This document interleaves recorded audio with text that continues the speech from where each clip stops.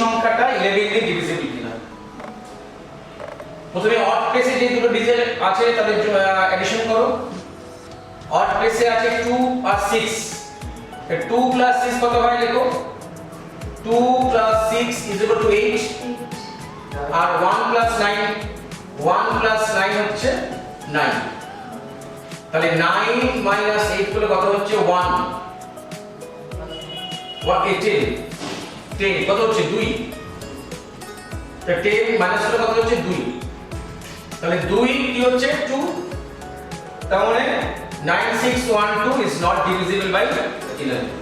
যদি এই সংখ্যাটা 0 হতো বা 11 দিয়ে ডিভিজিবল করা যেত তাহলে আমরা বলতে পারতাম এই